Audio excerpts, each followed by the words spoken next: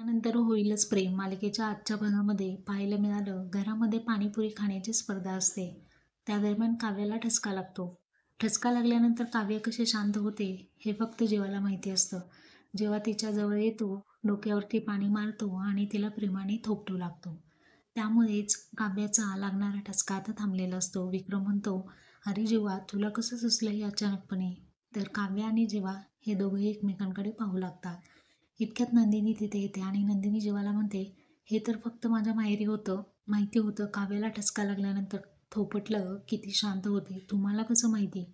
इकडे आपण पाहत आहोत की याच गोष्टीचा विचार करत जीवा किचनमध्ये थांबलेला असतो आणि त्याच्या हातामधून तो ग्लास पाण्याने भरून वाहून चाललेला असतो. काव्य तिथे येते आणि काव्या जीवाला विचारते, "तू का आलास माझ्याजवळ? कशाला माझ्या डोक्यावरती पाणी मारलं, थापटलंस?" तर जीवा म्हणतो, "मी फक्त नंदिनीची बहीण आणि माझ्या भावाची बायको म्हणून केलं." तर काव्य म्हणते, "आता आपण मूव्ह ऑन व्हायला लागलोत. याचा परिणाम आपल्या लाईफवरती होता का?"